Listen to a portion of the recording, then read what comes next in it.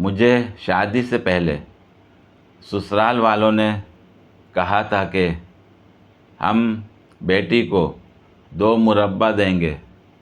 میں نے ولیمے کے دن بیگم سے کہا کہ جو تمہارے ابو نے 2 مربع دینی تھی وہ کس جگہ پر ہے؟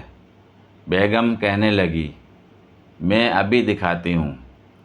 پھر ایک ہاتھ میں آم کا مربع اور ایک ہاتھ میں گاجر کا مربع اٹھا لائی اور بولی یہ ہیں 2 مربع۔ ایک بار وقار کے گھر کا بلب خراب ہو گیا تھا تو وقار صاحب نیا بلب لگانے لگے تھے تو نئی کرسیاں اسی دن لائے تھے تو اس پر کھڑے ہو کر بلب لگا رہے تھے۔ تھوڑی دیر بعد کرسی گری اور بیچارے وقار صاحب بھی۔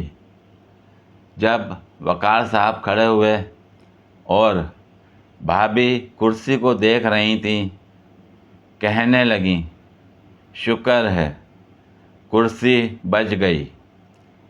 وقار صاحب کہنے لگے تم نے یہ نہیں پوچھا کہ تم بچے یا نہیں، کرسی کا کہتی ہو شکر بچ گئی۔ تو بھابھی نے کہا قسم سے مجھے نہیں پتہ تھا کہ آپ بھی گرے۔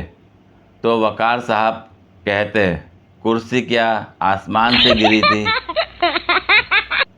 وکیل جب لاش آپ کے سامنے لائی گئی تو کیا آپ نے اس کی نبض چیک کی؟ ڈاکٹر نہیں۔ وکیل کیا اس کا بلڈ پریشر چیک کیا گیا؟ ڈاکٹر نہیں۔ وکیل کیا آنکھ کی پتلی کا روشنی پر رد عمل دیکھا گیا؟ ڈاکٹر نہیں۔ وکیل تو پھر آپ نے کیسے فیصلہ کر لیا کہ وہ شخص زندہ نہیں بلکہ مردہ تھا؟ ڈاکٹر کیونکہ اس کا دماغ میرے سامنے ٹیبل پہ پڑا تھا۔ وکیل کیا تھیوریٹیکلی ایسا ممکن نہیں کہ دماغ کے بغیر بھی کسی شخص میں زندگی باقی رہے؟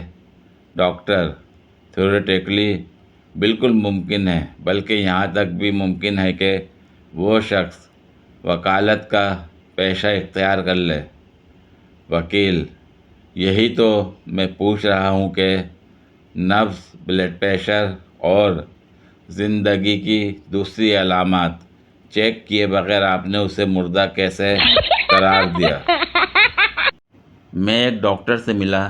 ڈاکٹر نے مشورہ دیا زیادہ ورزش کریں، کولڈ ڈرنکس یا آئس کریم نہ خریدیں، سادہ پانی پئیں، ڈرائیو نہ کریں، بس کا استعمال کریں یا صرف پیدل چلیں، باہر نہ کھائیں، گوشت، سمندری غذا اور بیکری کی چیزوں سے پرہیز کریں، صرف سبزیاں یا دال مونگ کھائیں، کوئی باربیکیو یا چینی یا کابلی پلاؤ وغیرہ نہیں۔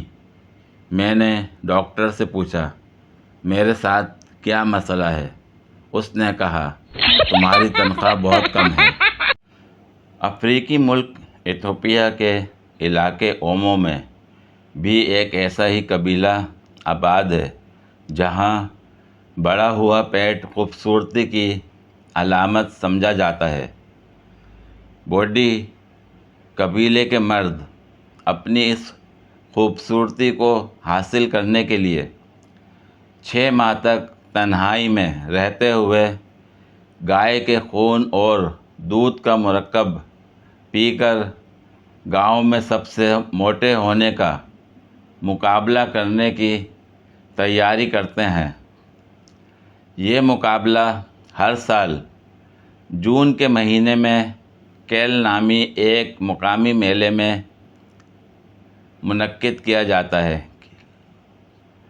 جس میں قبیلے کے مرد اپنی توند دکھا کر ایک دوسرے سے سبقت لے جانے کی کوشش کرتے ہیں۔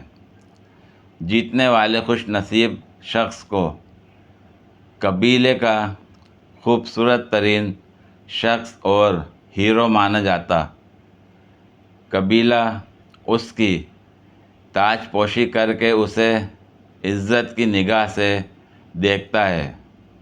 یہی نہیں بلکہ اس خوبصورت مرد کی اس کے شایان شان ایک خوبصورت لڑکی سے شادی بھی کروائی جاتی ہے۔